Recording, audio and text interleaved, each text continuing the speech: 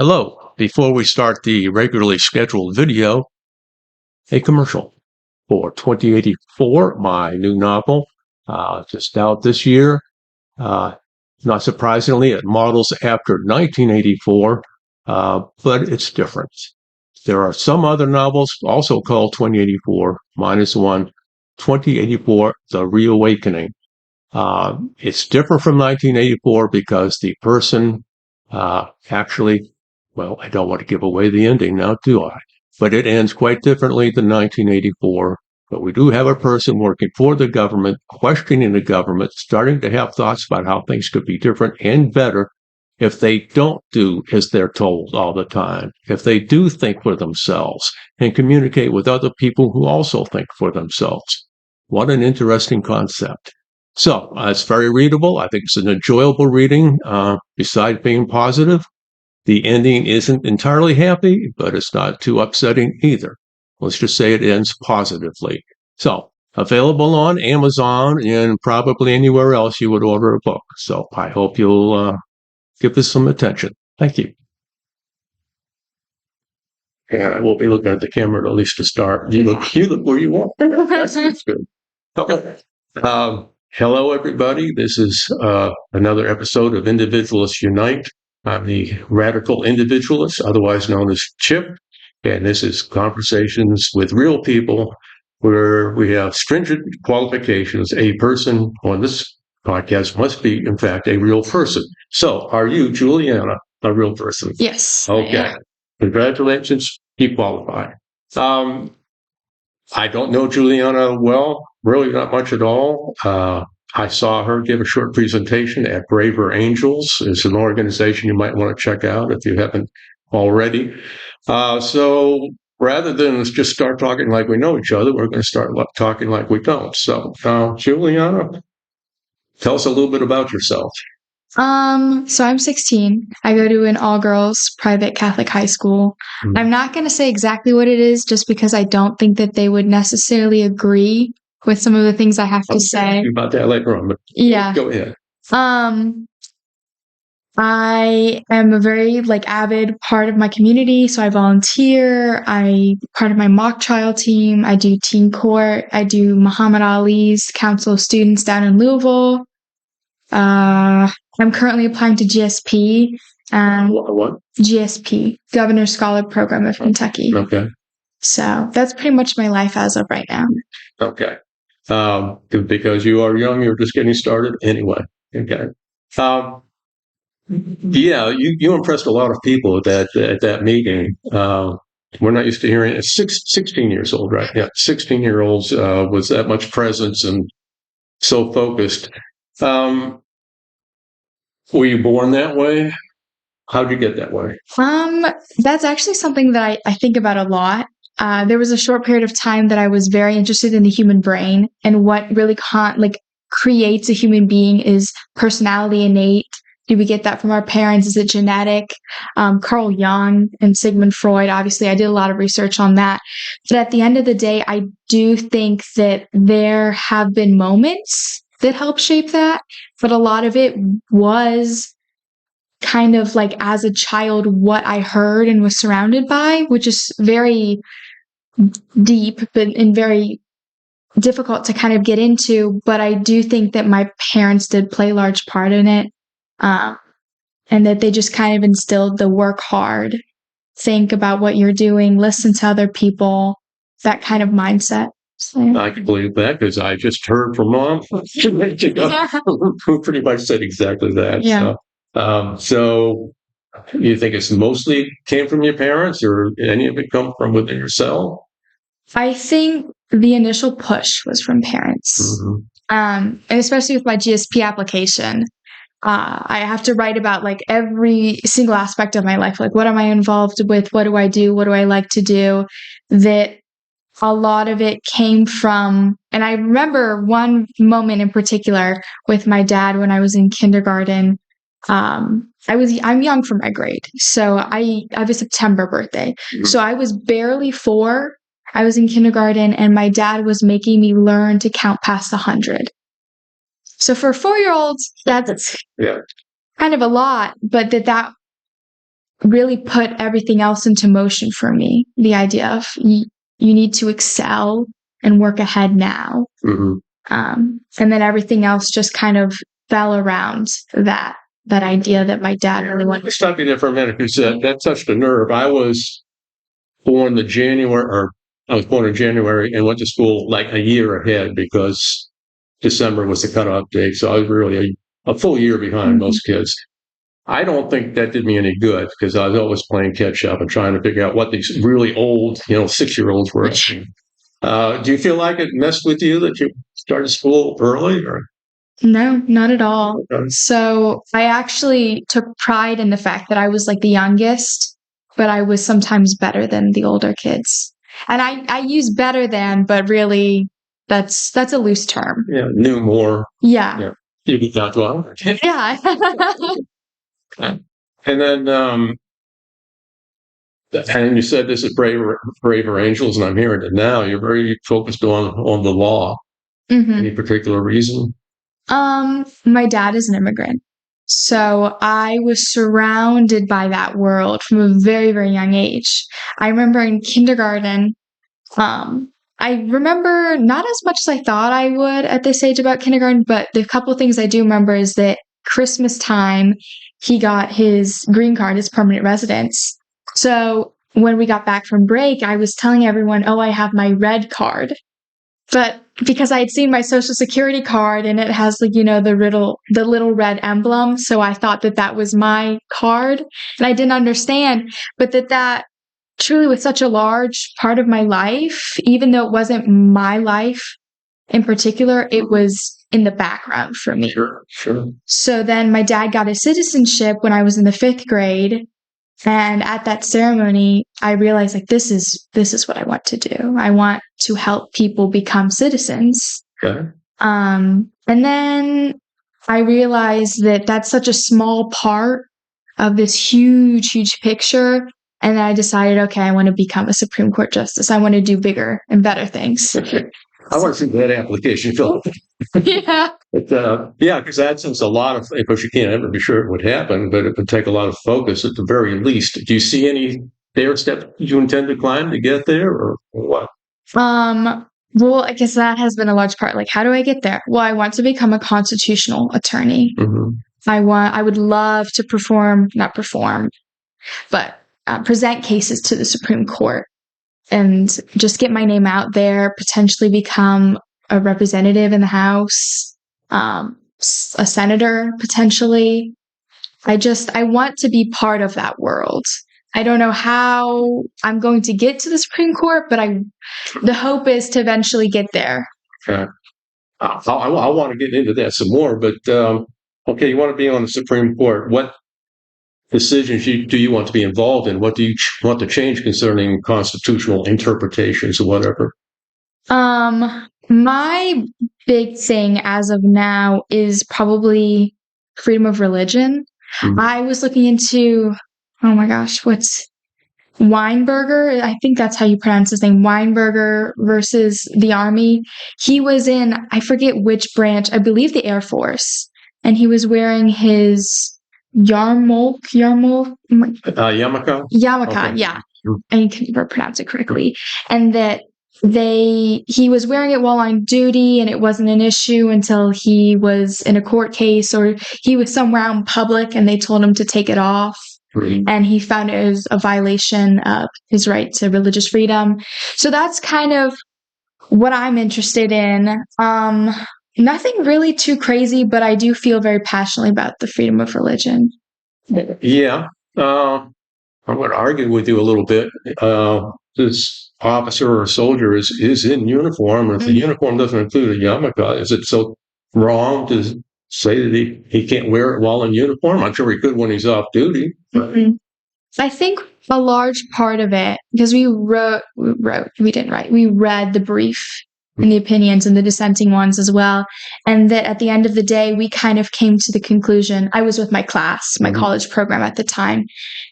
We kind of got to the point in our minds that the U.S. is such a diverse group of people with so many different backgrounds, so many different cultures and religions, and so on and so forth, that to make a certain branch or the military look one specific way is almost misleading as to what our country is. Yeah, I'm going to argue with you again, though. If you have a military top-down command, which I personally want to be part of, but I get it. When you're fighting battles or wars, it needs to be top-down command. So yeah, all these religions, all these beliefs, including atheism, but when they're all there in one company, one battalion, I don't even know what I'm saying here, but they have all these people, they have to be as one. There's no time to be saying, well, I'm this when he's that. Yeah. They need to come together, not find ways to divide. Is it really so terrible that they all wear the same exact uniform and follow certain protocols together? Yeah. And that was also something that we thought of. It's not necessarily bad. And the idea of, okay, we all have a uniform. I have a uniform. I go to private school. I have nothing against my uniform. I'm representing my school.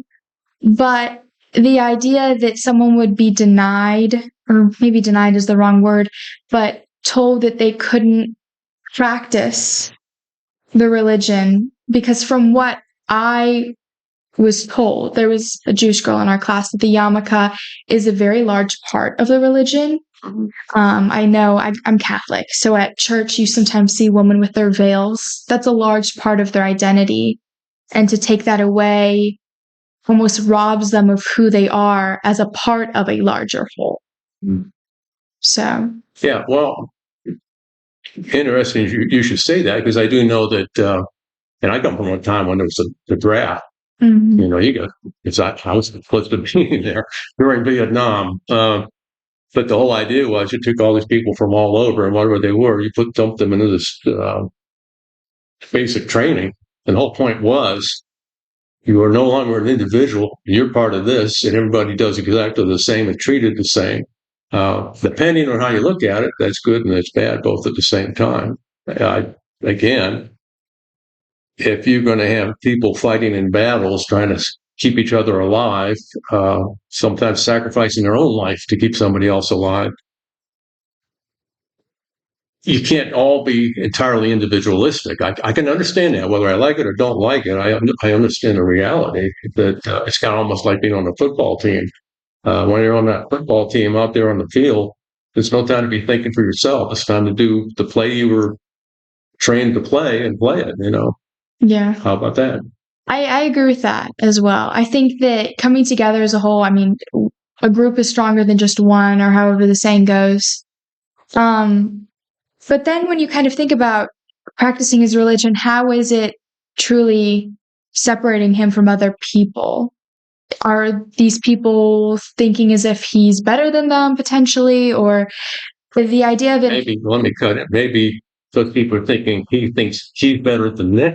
yeah, and that's the other thing that from my point of view, it doesn't hurt anyone and it doesn't divide anyone. It just shows the diversity of our country. Mhm. And there was also there was talk of, oh, well, as a part of the Air Force, you are no longer a citizen. You are of a different group of the US. And I don't know if I necessarily could agree with that or disagree even. At the end of the day, as a citizen, you are a citizen. And to kind of draw that line is interesting.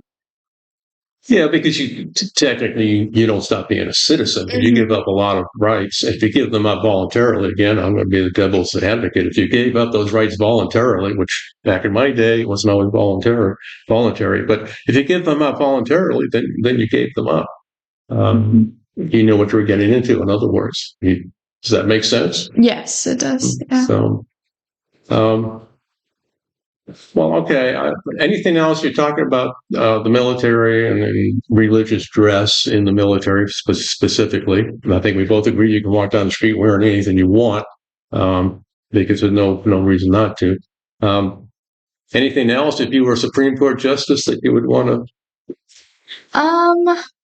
I think that maybe not in a specific case, but the idea of And right now I'm trying to start a nonprofit with a friend of mine. Mhm. So this is very much part of my life, part of everyone's life, expanding access to feminine hygiene products for women in this country and a better education to these women and to even males about that, like menstruation and what it entails and how that works. And for me, that means a lot because I consider myself to be Catholic.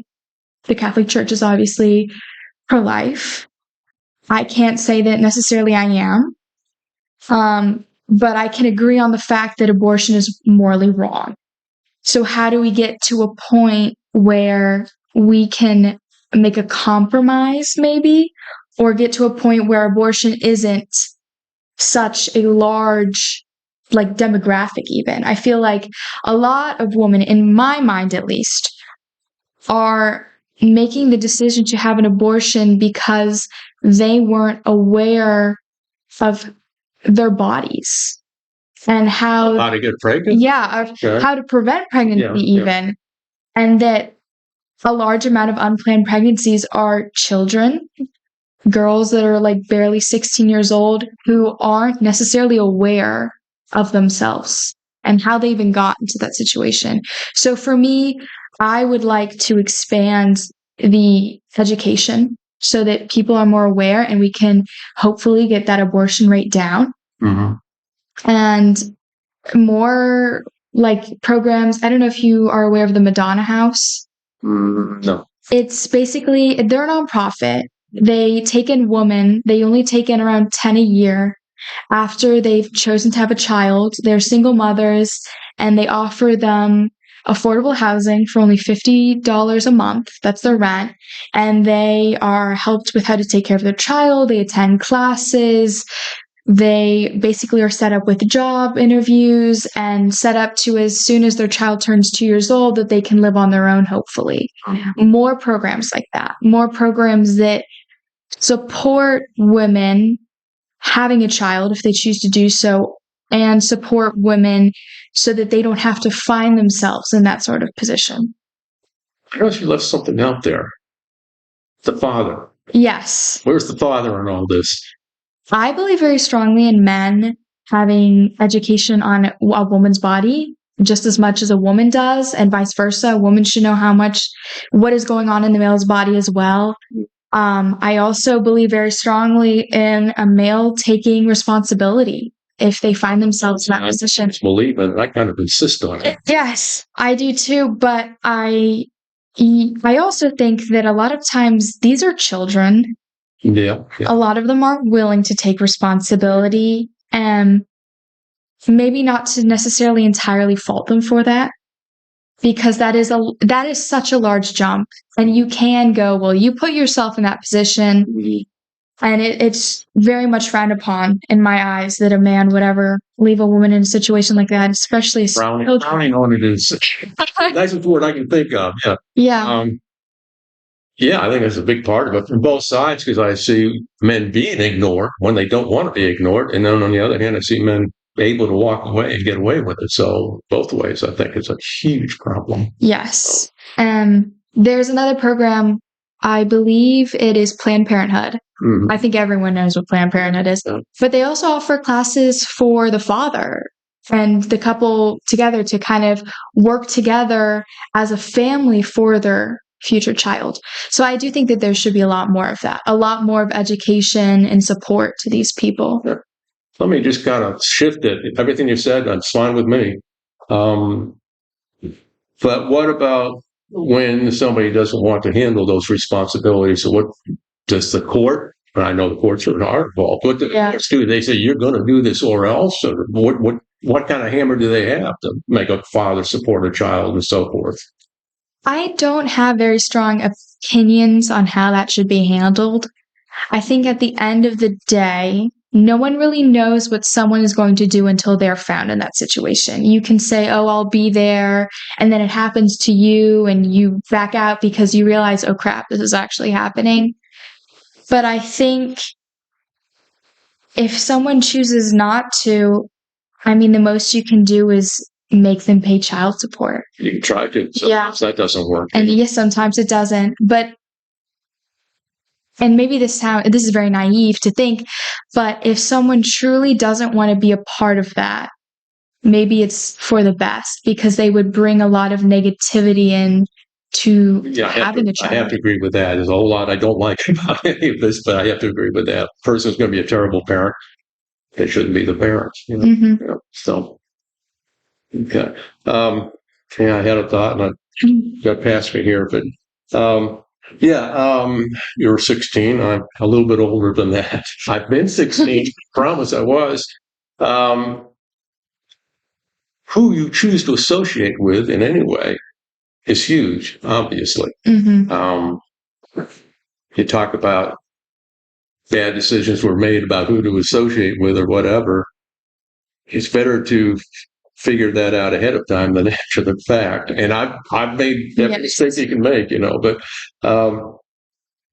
I guess I'm suggesting there's not enough of that as far as teaching kids to be very choosy about who they choose. And I don't just mean sex or anything else. It's just a bad friend can mess you up. Yes. Is there any of that going on? I wouldn't say a bad friend. I feel very strongly that you truly don't know who a person is until they've gotten to a position where they have to choose between themselves or you. And then you get to really see, okay, who is this person? What are they about? What are they willing to give up for you? Yeah. And not even when it comes down to you and that person, or maybe that person and something else. So I think a lot of it, you don't really know. You don't know who you're becoming friends with. Obviously, some of it can be sniffed out pretty early, but there is a large amount that people are able to hide. Oh, yeah. Yeah. I'm 16. I'm friends with a bunch of people, well, maybe not a bunch of people, but I interact regularly with a lot of different people. Well, let me cut in there. Okay, you interact with a lot of different people. Do you feel like your judgment is reliable? Who you can trust and who you can't?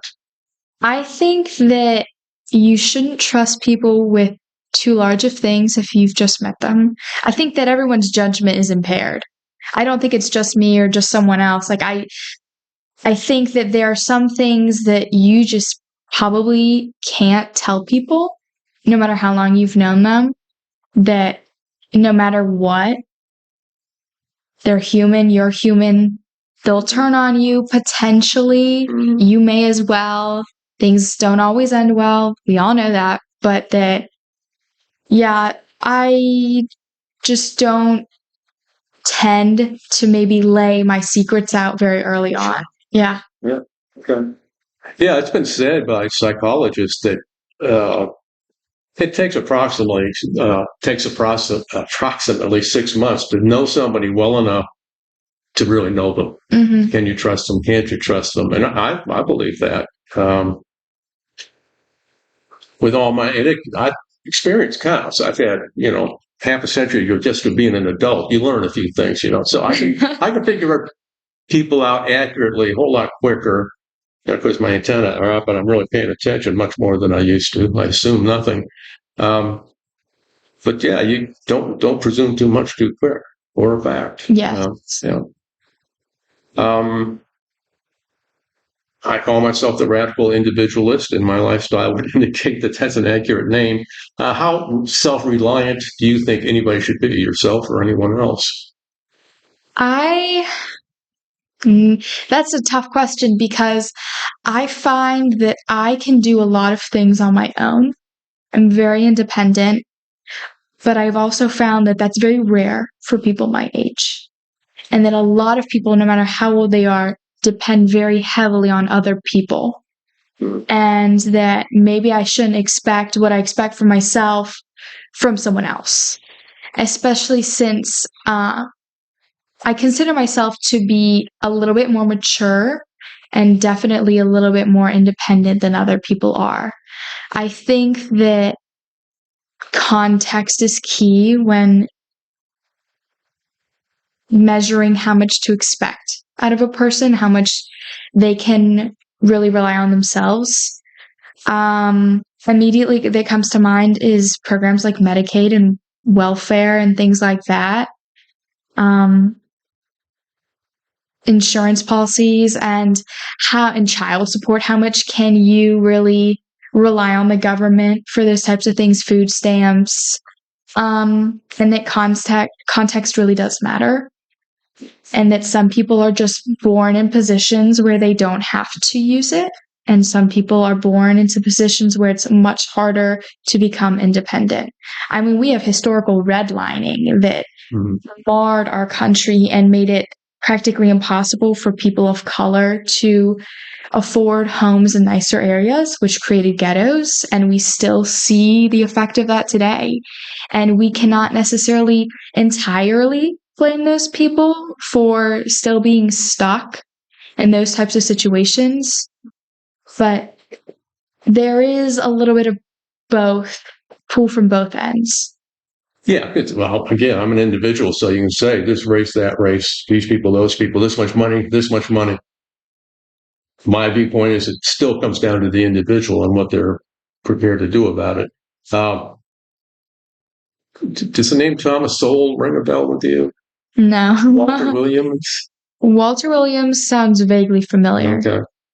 I think you want to read them some. Thomas Sowell, Walter Williams died a little while ago, and Thomas Sowell is still around, but he's, I think, in his 90s. They're both black guys who are very much, I'll say, upset with what you just said, because they grew up poor in the inner city, and they saw it go downhill with all these government programs that were supposed to help. Mm-hmm. I'm old enough to remember a lot of this, although I was never living in an inner city ghetto. It hasn't gotten better, I wouldn't say. Mm-hmm. So I would suggest the programs, I'm not stating for a fact, but these programs aren't working. I just read this morning, it's a funny thing, concerning Thomas Sowell. He said something, now I'm going to get a lot of people mad at me, but he said something to the effect of, we have bureaucracies, we have all these bureaucracies to help people, Medicaid and so forth. I'm not knocking them, just, but Sowell said something to the extent of bureaucrats live for maintaining the bureaucracy, extending the bureaucracy. They pay no attention to the results. Mm-hmm. And I don't know how you can run some of these programs for decades and see actually degenerating results, not improving results, and almost not even notice. Like it doesn't even matter. Now, that's my observation, what I've seen, because nobody's there saying, hey, let's keep the poor people poor. Let's keep them isolated. Nobody's saying that, but then why is it like that now, Yeah, I definitely agree. Two things immediately come to mind. Skid Row in California, how basically they banished the homeless people to this back alley. And then Bill Clinton's decision to export tons and tons of rice to Haiti after a large hurricane. And that it caused their economy that was originally very unstable as it was to just completely nosedive. Because it was... basically, the rice was stolen, am I right? Or was improperly distributed or some such? Well, from what I learned, and maybe I'm wrong, but that rice was a luxury good in Haiti.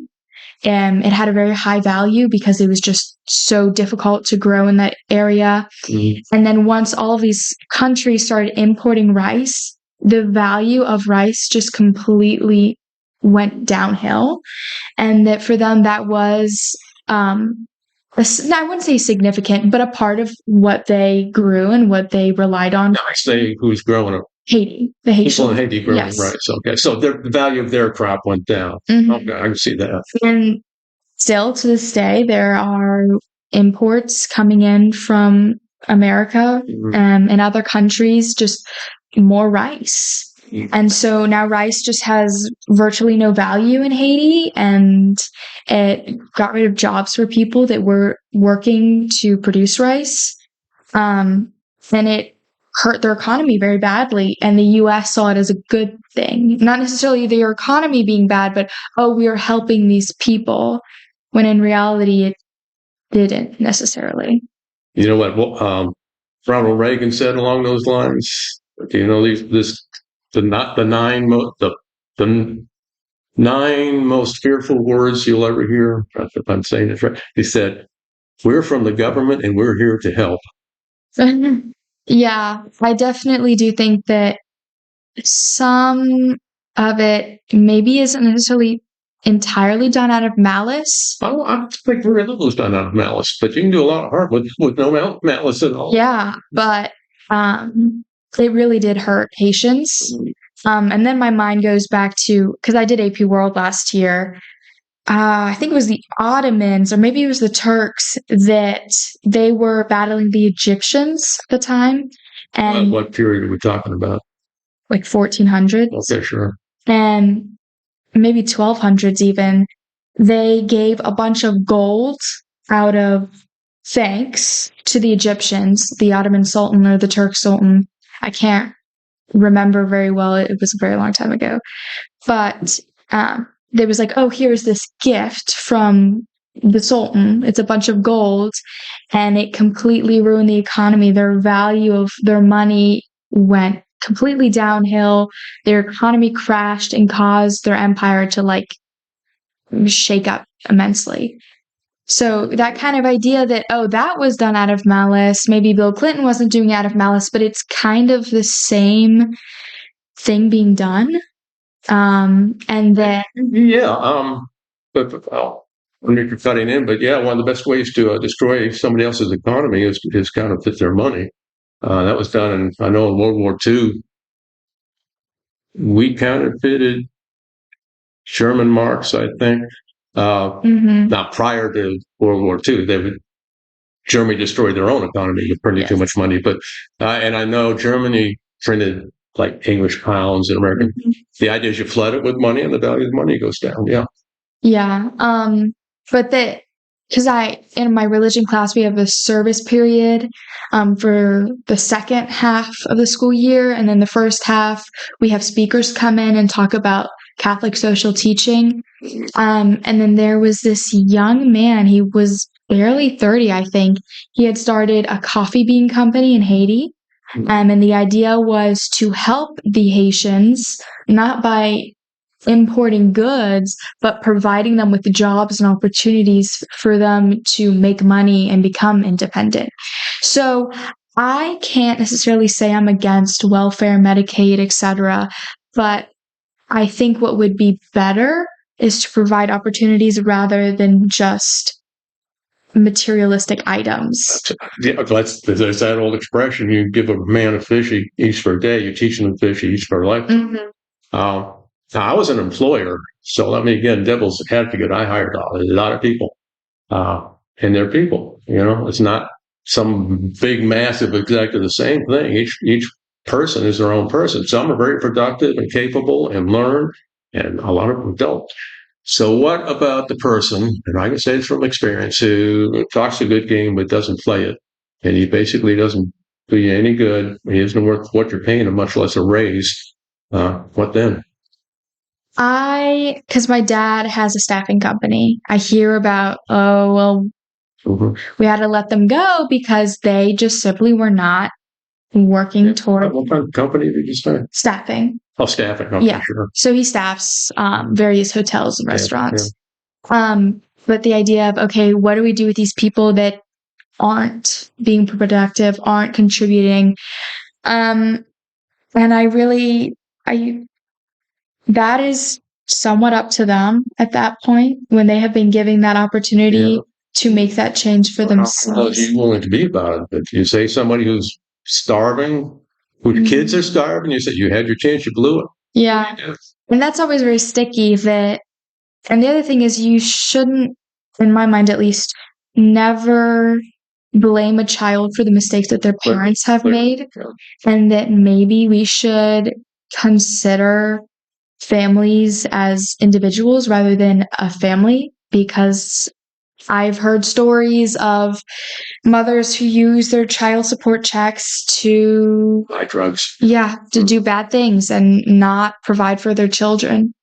And that maybe there should be a different way of going about how to support a family with a parent that is not contributing towards that family and is not being productive in their community and in their job. I do think that there comes a point where you kind of have to say, okay, well, we've given you X amount of chances. It's up to you now. Does the system do that at all? Is there a time when they get thrown off Medicaid or foods? I'll say food stamps, and is there time or I'm missing one, but anyway, the housing programs. Is there a time that the government just says you've had every chance we intend to give you, you're out of here? I see. I don't really know that much about it, unfortunately, but I don't think that there are many times where the government just kind of goes, "Oh, that's it, you're cut off." In my opinion, I don't know of many. As far as I know, you're right. I've never heard of anybody being just totally thrown out of the system, and I think that's a problem. It's a problem no matter what you do, because if you keep them in, they easy enough to recognize they can do this forever. If you throw them out, well, now they're out. Now you got a whole other problem. Now you got homeless people you're talking about. Yeah. And some homeless people, they're there. They've got a mental problem. Let's put it that way, where they'd rather be homeless. All things considered, they'd rather be homeless than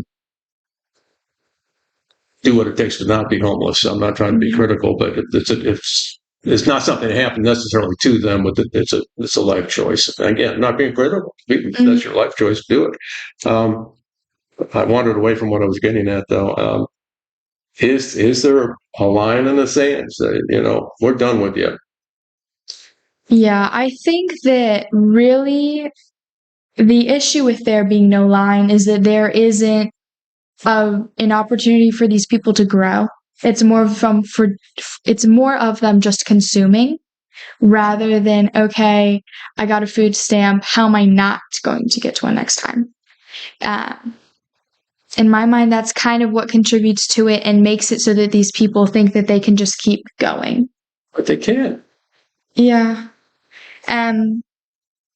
I think that there should be a line, how to draw that line, and maybe in the case of things that are given out for free or however you want to consider it, food stamps, etc., that maybe there should be two separate entities, maybe, where these people are trained and told, okay, you have X amount of time and then you're out on your own, but then there is the safety net of people who just can't make it through the system, because I think that everyone is in their situation for a different and very unique reason. And maybe, they're just a bump on a log who really isn't doing much, but maybe there's a reason why. And maybe it goes deeper than just, oh, they have no motivation. Maybe they have no motivation. Yeah, maybe they were just taught never to have motivation. Okay. Oh, stop right there. Because I know a bit about how you were taught. You certainly were taught some motivation. Yeah. Is motivation something we can expect any individual to develop on their own, or is motivation taught? I believe motivation is. I was just thinking that. Yeah, she's thinking that. I was thinking that motivation is not innate. I strongly believe that. I have a younger brother. He's 13. We could not be more different. Thanks for watching this episode 1 with Juliana. To see the other 2 episodes and any other episodes, all other episodes with other conversations with real people, go to individualistunite.substack.com. Click on videos and you'll see the entire selection. You can do the same at individualistunite.com. And if you care to, subscribe to individualisunite.substack.com.